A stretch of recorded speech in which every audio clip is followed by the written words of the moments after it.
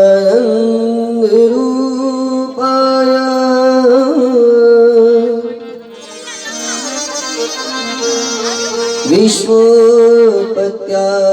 विश्वोत्पत्त्यादिहेतवे तापत्रय विनाशाय श्री कृष्णाय वयं नमः।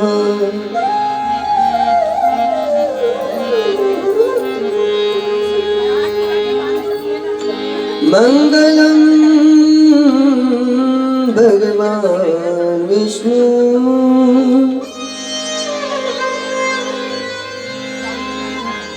मंगलम गरुड़ध्वज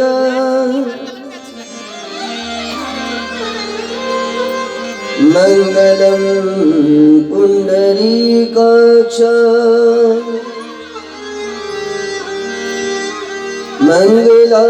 मंगलायतनो हरि।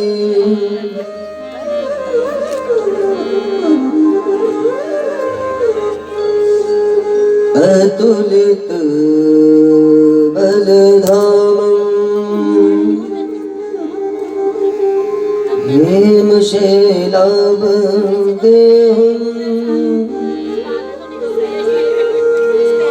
धनुजवनकृशानं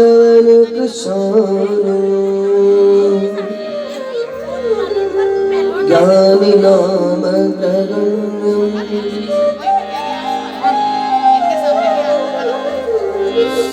सकल गुण निधानम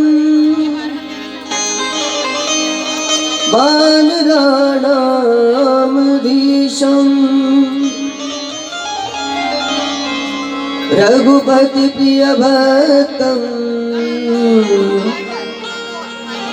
वातजातं नमामि।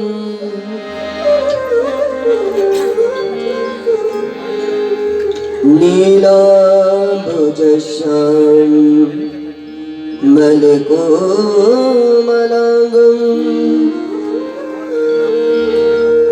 सीता समारोपित वामभागं पाणौ महासायक चारुचापं नमामि रामं रघुवंशनाथं।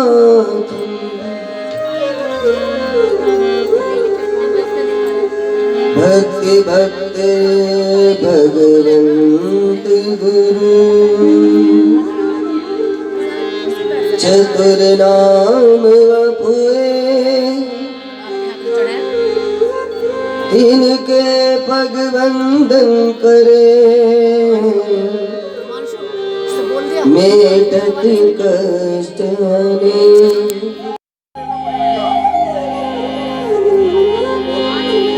राधे तू बड़ भागनी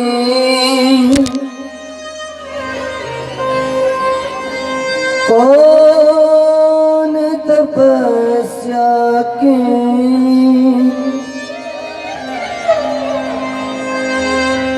तीन लोक तारण तरणा तेरे आदि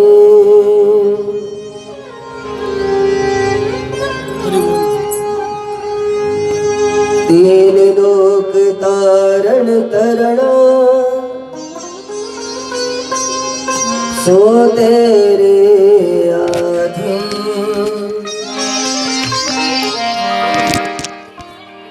भोले वृंदावन बिहारी लाल की जय। श्रीमद् भागवत महापुराण की जय। राजा परीक्षित जी महाराज की जय। श्री सुखदेव जी भगवान की, श्री सांब सदाशिव भगवान की, गंगा मैया की, यमुना मैया की, जय जय श्री राधे, जय जय श्री राधे, जय जय श्री राधे। आइए प्रभु प्रेमियों, आज की पावन कथा रस गंगा में हम सभी लोग रसास्वादन करें। उससे पहले भगवान के पवित्र चिंतन से, मन और वाणी से हम सभी लोग बड़े प्रेम से पवित्र हों। आज श्री बद्रीनाथ स्तुति के रूप में हम सभी लोग बड़े प्रेम से भगवान का ध्यान करेंगे।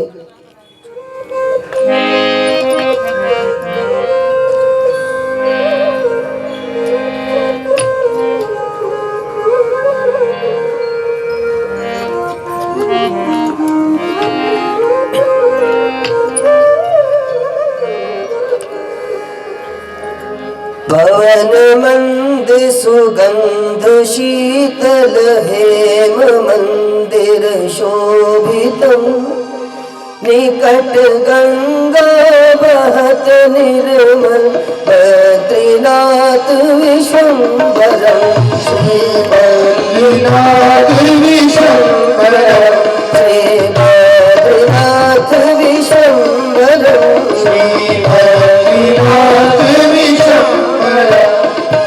शेष सुमिरन करत निश दिन धरत ध्यान महेश्वर, शेष सुमिरन करत निश दिन धरत ध्यान महेश्वर, वेद ब्रह्म करत स्तुति बद्रीनाथ विश्वम्भर, श्री बद्रीनाथ विश्वम्भर,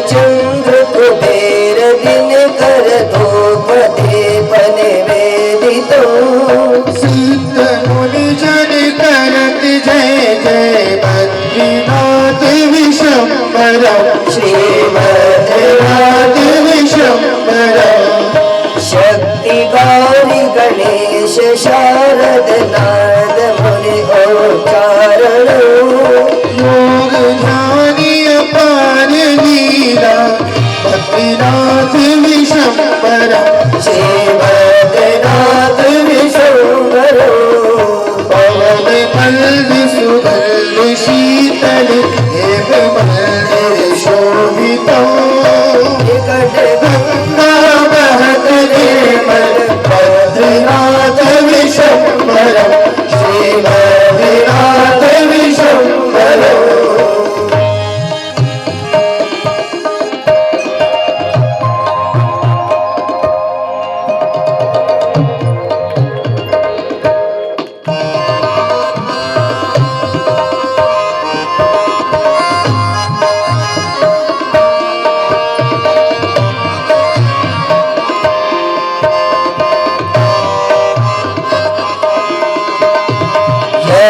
किन्नर करत कौतुक गान प्रकाशितम्, लक्ष्मी देवी चरण डोले, श्री भूमि चवर डोले, डोले डोले डोले, श्री भूमि लक्ष्मी चवर डोले, श्री बद्रीनाथ विश्वम्भर, लक्ष्मी देवी चवर डोले बद्रीनाथ विश्वम्भर, कैलाश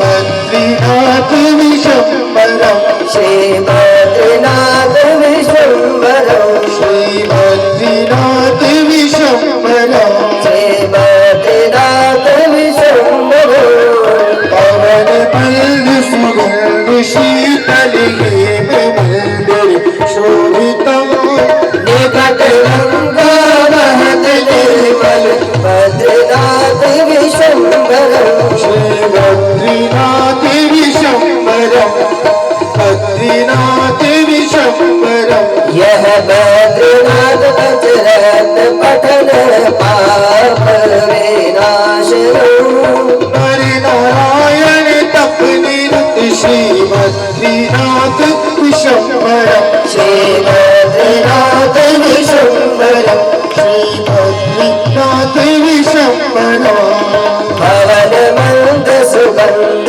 शीशल क्षेम मंदिर शोभितं निकट गंगा महत निर्मल बद्रीनाथ विश्वम्भरं श्री बद्रीनाथ विश्वम्भरं श्री बद्रीनाथ विश्वम्भरं श्री बद्रीनाथ विश्वम्भरं।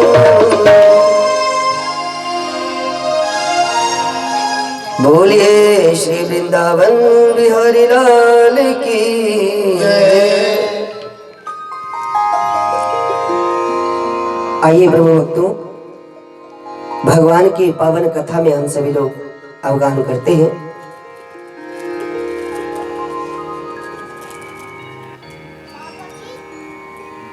बड़ा सुंदर भाव।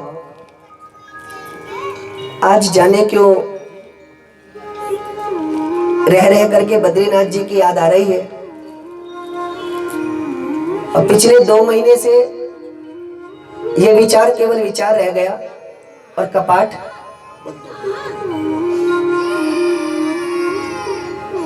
कई बार वार्तालाप में हम आपस में भी चर्चा करते रहे। पहले चर्चा हुई कि हम दोनों जाएंगे, बद्रीनाथ जी के दर्शन करके आएंगे, और मन था कि बद्रीनाथ जी को कथा सुना के आए। फिर विचार किया कि जब जाएंगे तो सपरिवार जाएंगे। ये दुनिया का चक्कर ही ऐसा है।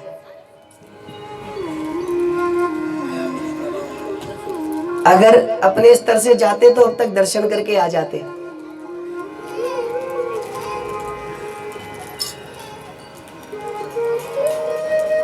अब तो भगवान का दर्शन 6 महीने के लिए, जब तक अक्षय तृतीया का पावन संवत्सर नहीं आएगा तब तक हमें भगवान के दर्शन सुलभ नहीं हो पाएंगे। मानसिक रूप से भगवान हमारे साथ है और सदा सर्वदा साथ रहते हैं, लेकिन जो आनंद दर्शन का है वो आनंद कुछ और होता है। श्री माधव दास जी से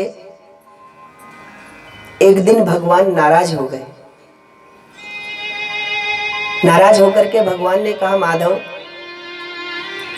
जब कोई असुलभ वस्तु जिसकी हमने कामना भी नहीं की हो, जब बड़ी आसानी से सौलभ्यता हो जाती है, सुलभता मिल जाती है, प्राप्त हो जाती है, तो व्यक्ति उसके मूल्य को समझ नहीं पाता है। ये बात सत्य भी है। जिसकी हमने कामना भी ना की हो, अगर वो हमें मिल जाए तो हम सोचते हैं इसको प्राप्त करना कोई मुश्किल थोड़ा ही था, ये तो बड़ा आसान काम है। और भगवान कहते हैं जन्म जन्मांतर तक लोग तप करते, एक नहीं करोड़ों जन्म। भाग्योदयेन बहु जन्म समर्जितेन, एक नहीं, गिनती ही नहीं है, अनेकों जन्म, तब जाकर के भगवान का सानिध्य प्राप्त होता है। और माधव, हम तुम्हारे साथ मित्रता की लीला करते हैं ना, इसलिए तुम हमारे ऊपर बिल्कुल भी ध्यान नहीं देते। तुम अपने मंदिर की सेवा पूजा में लगे रहते हो, वहां हमारा विग्रह है और यहां हमारा अनुग्रह है। अरे अनुग्रह के कारण हम आए हैं और तुम विग्रह के चक्कर में पड़े हुए हो। लेकिन धन्य है श्री माधवदास जी। श्री माधवदास जी ने कहा कि प्रभु, आप यहां पर आए हैं कृपा करके, आपने मुझ पर कृपा की। थोड़ा सा बेस बढ़ा दो, बेस कम है। आपने मुझ पर कृपा की और आप मुझे दर्शन देने आ गए, लेकिन यहां पर आपके ऊपर कोई बाध्यता नहीं है। अगर आपका मन होगा तो आप हमें दर्शन दोगे, नहीं होगा तो चले जाओगे। लेकिन जहां पर आपका विग्रह है ना, वहां पर ब्राह्मणों ने वैदिक मंत्रों से आपको स्थापित किया है, आपको निमंत्रण दिया है, आपसे प्रार्थना की है कि आप आए, यहां पर बैठिए, और आपको उस प्रार्थना को स्वीकार करके बाध्य होना पड़ेगा कि आपको भक्तों को दर्शन देने पड़ेंगे। तो आपके सत्यावतार से अच्छा तो अर्चावतार है। वैसे सत्य बात है, भक्ति में अगर सबसे उत्तम कोई भक्ति है तो भगवान की अर्चावतार की भक्ति है। मानो इसका मतलब कि भगवान का विग्रह आप सामने रखें और भगवान की सेवा करें। इससे अच्छी कोई पूजा नहीं, इससे अच्छी कोई सेवा नहीं। भगवान स्वयं भी अपने विग्रह के सामने हार मान जाते हैं।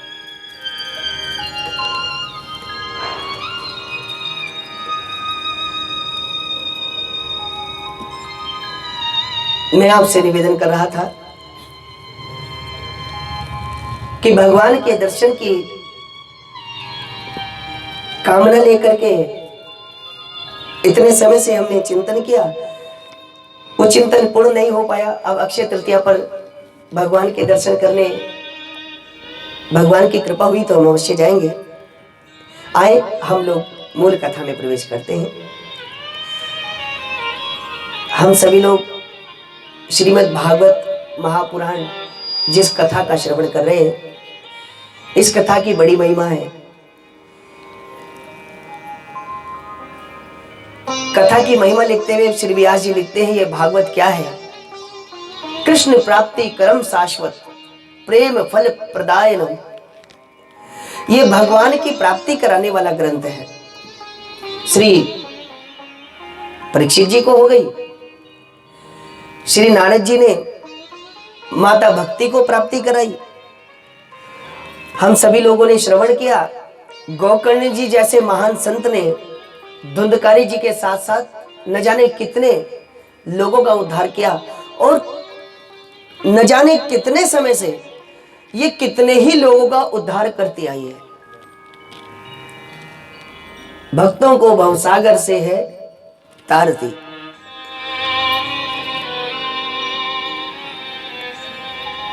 ये भगवान की प्राप्ति कराने वाला महान ग्रंथ, जिसमें हम सभी लोग स्नान कर रहे हैं। कल तक हम सभी लोग कथा श्रवण का लाभ ले रहे थे। श्री परीक्षित जी श्रापित होकर के श्री गंगा जी के पावन तट शुक्रताल में गए। आप में से गए कोई शुक्रताल दर्शन किए? वैसे वहां के दर्शन की शर्मा जी एक थोड़ी सी विडंबना है। शुक्रताल जहां पर हमारा तीर्थ है, वहां से आगे एक पावन पवित्र तीर्थ और पड़ता है, वो है हस्तिनापुर। गए हैं? कितने? अच्छा, 7 साल। आप विचार करेंगे, जिन्होंने दर्शन किए हों, आज वहां जाते हैं तो बड़ा दुख होता है। एक समय में हमारे भारतवर्ष की चिर परिचित राजधानी रही हस्तिनापुर। जो कोई भी राजा राज्य करना चाहता था तो वो हस्तिनापुर को अपनी राजधानी बनाना चाहता था। और जैसे आज सेंट्रल राजधानी जैसे दिल्ली है, ऐसे हस्तिनापुर होती थी, जो पूरे आसपास के बड़े, एक राजा होता है, एक चक्रवर्ती राजा होता है, चक्रवर्ती राजाओं की राजधानी होती थी और ये सभी राज्यों को कंट्रोल करती थी। लेकिन कहीं ना कहीं हम लोग आज समाज में एकत्रित नहीं है, इस कारण से हस्तिनापुर की जो ऐतिहासिक धरोहर है उसे हम बचाने में नाकामयाब है। पांडवों का मंदिर बना हुआ है और वहां पर भद्रकाली जी का मंदिर है, वो आज तक विवादित है। जब भारत आजाद हुआ तब से लेके आज तक ये थोड़ा विचारणीय विषय है। देखिए, शास्त्र श्रवण करना, पठन करना, पाठन करना ये हमारा कर्तव्य है, लेकिन शास्त्र कभी कभार शस्त्र के रूप में भी प्रयोग किया जा सकता है। हमारे भगवान श्री राम धनुष बाण लेकर साथ में खड़े हैं।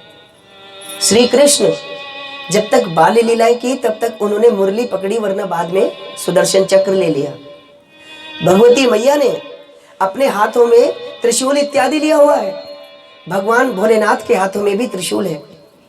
हमारे कोई भी देव बिना शस्त्र के नहीं है। वो हमें संकेत देना चाहते हैं कि शास्त्र को ही आप शस्त्र बना सकते हैं।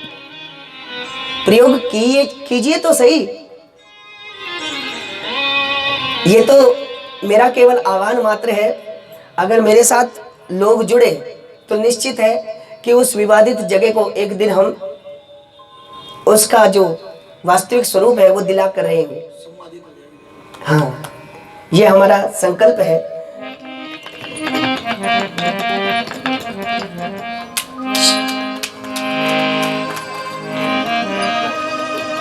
तो मैं आपसे निवेदन कर रहा था, शुक्रताल में जाकर के श्री परीक्षित जी बैठे हैं और परीक्षित जी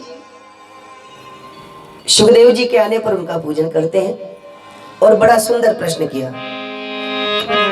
अत पृच्छामि संसिद्धि योगिनां परमं गुरु पुरुषस्य सेह यत्कार्यं म्रियमाणस्य सर्वदा। म्रियमाण व्यक्ति को क्या करना चाहिए, जल्दी मरने वाले व्यक्ति को? अब आप विचार करें, ये प्रश्न सार्वभौमिक प्रश्न है कि नहीं? किसी का कुछ पता है? अगर कोई ये कह सकता है कि भाई मैं 100 वर्ष की आयु लिखा कर लाया हूं, हालांकि जन्म कुंडली जब देखते हैं तो अष्टम भाव की स्थिति से और चंद्र कुंडली के माध्यम से व्यक्ति की आयु का पता लगाया जा सकता है। स्थान, कारण, ये सब चीजें बताई जाती है कुंडली से।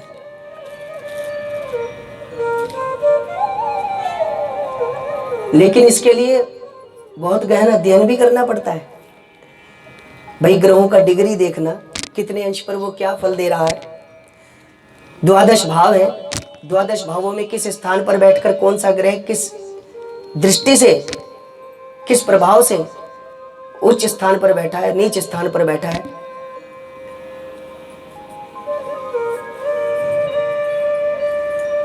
इसके बाद भी कई बार कुंडली का फलादेश निरर्थक साबित हो जाता है, 100 में से 1 बार। क्यों ऐसा तब होता है? कब? काशी नरेश एक बार तुलसीदास जी के पास गए, हाथ जोड़ करके बोले, महाराज मैं बड़ा परेशान हूं। क्या हुआ? बोले, नवग्रह प्रतिकूल हो गए, बहुत दुखी हूं, बहुत परेशान हूं। तुलसीदास जी ने कहा, कोई बात नहीं, नवग्रह प्रतिकूल हो गए तो चिंता मत करो। अरे बोले, चिंता करने की तो आवश्यकता है, पूरा जीवन नवग्रह की अनुकूलता और प्रतिकूलता पर तो आधारित है, और आप कहते हो कि नवग्रह प्रतिकूल हो गए। तुलसीदास जी कहते तो भी चिंता करने की जरूरत नहीं। क्यों?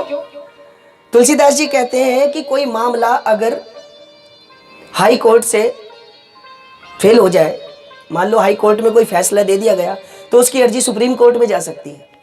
और किसी व्यक्ति को अगर सुप्रीम कोर्ट भी फांसी की सजा सुना दे तो उसे कोई बचा नहीं सकता, लेकिन फिर भी एक व्यक्ति के पास अधिकार है। किसके? राष्ट्रपति के, है ना? बोले, तुम चिंता मत करो, तुलसीदास जी कहते हैं अभी हमारे पास राष्ट्रपति जीवित है। मतलब बोले ये नवग्रह तुम्हारा कुछ नहीं बिगाड़ सकते, क्योंकि नवग्रह से भी ऊपर एक ग्रह है। तुलसीदास जी को काशी नरेश ने कहा हमने तो सिर्फ नवग्रह के बारे में सुना, आप कहते हो एक ग्रह और है। तुलसीदास जी कहते हैं नवग्रह के ऊपर एक ग्रह है जिसका नाम है भगवान का अनुग्रह।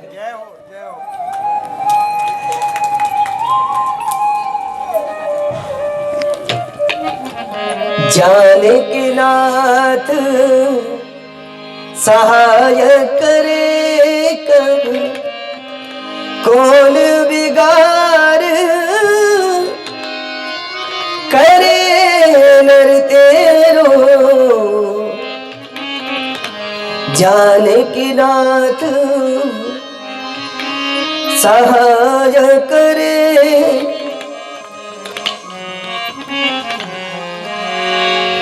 तो मैं आपसे निवेदन कर रहा था कि जल्दी मरने वाले व्यक्ति को क्या करना चाहिए। परीक्षित जी ने प्रश्न किया तो सुखदेव जी ने कहा अरे परीक्षित, मुझे पता है कि तुम्हें 7 दिवस में मृत्यु का श्राप मिला है, इस श्राप को वरदान में बदल दो। मतलब ये कि हर व्यक्ति सर्प रूपी मृत्यु के मुख में बैठा है। काल व्याल मुखग्रासा त्रास निर्नाश हेतवे। हर व्यक्ति मृत्यु रूपी सर्प के मुख में बैठा है और वो तब तक जीवित है जब तक इस सर्प ने मुख खोला हुआ है। जिस दिन ये बंद, उस दिन सांसें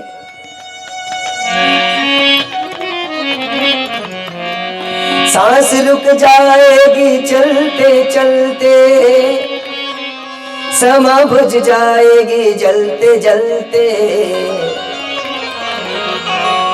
दम निकल जाएगा रोशनी का, साथ देती नहीं ये किसी का, क्या भरोसा है इस जिंदगी का। परीक्षित जी ने कहा कि गुरुदेव बात तो सत्य है, लेकिन इस समय का सदुपयोग किया कैसे जाए। सुखदेव जी कहते हैं परीक्षित देखो, अगर तुम यहां भाव से बैठो तो ये आगामी 7 दिवस तुम्हारे जीवन की मुक्ति का कारण बन सकते हैं। मैं तुम्हें भगवान की कथा सुनाऊंगा, तुम प्रेम से कथा सुनना। कथा सुनते सुनते सुनते सुनते सुनते सुनते तुम्हारे जीवन के जितने भी पाप और ताप हैं वो सब स्वतः ही नष्ट हो जाएंगे और तुम देव शरीर को प्राप्त हो जाओगे। तो ऐसा हो सकता है गुरुदेव? हाँ हो सकता है ना।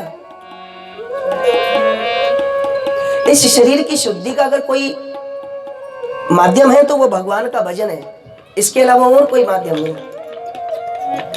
और तुम तो 7 दिन की बात कर रहे हो। राजा खटवांग तो 2.5 घटी में भगवान को प्राप्त कर गए।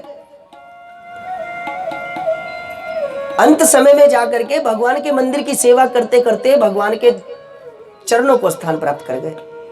और तुम्हारे पास तो 7 दिन है, इन 7 दिनों का आनंद लो, भगवान का भजन करो। हरि नाम ही तेरे साथ चलेगा,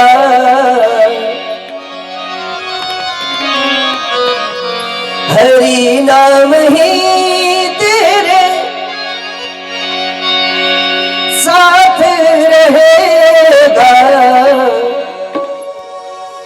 हरि नाम से तेरा काम बनेगा, वो ही हरि दीन बंधु,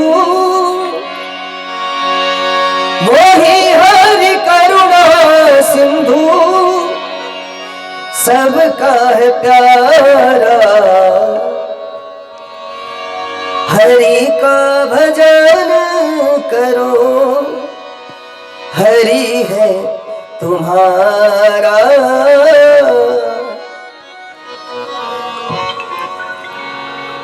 परीक्षित जी ने पूछा कि गुरुदेव, अच्छा भगवान का भजन करने का जो प्रक्रिया है भगवान के भजन की, वो आप मुझे बताएं ना, कैसे करना चाहिए। हमने तो सुना है कि मनोकामना सिद्धि के लिए अलग अलग देवताओं की पूजा करनी पड़ती है, और आप कह रहे हैं कि भगवान का भजन करने से हमें। मानो परीक्षित जी आज सुखदेव जी को स्वयं ज्ञान का उपदेश करने के लिए प्रेरित कर रहे हैं। गुरुदेव, जो आप मुझे सुनाना चाहते हैं मैं सुनने के लिए तैयार हूं। जब श्रोता की जिज्ञासा सामने से अच्छी आती है ना, तो प्रवक्ता बहुत अच्छे से भगवान के कृपा भावों का श्रोता को रसास्वादन कराते हैं। अरे और तो और आप छोड़िए, हम तो आप ही के डिपार्टमेंट की बात करते हैं। जब आपके साथ काउंसलर आते होंगे, अगर आप काउंसलिंग मीटिंग में आप अच्छे से इंटरेस्टेड होंगे,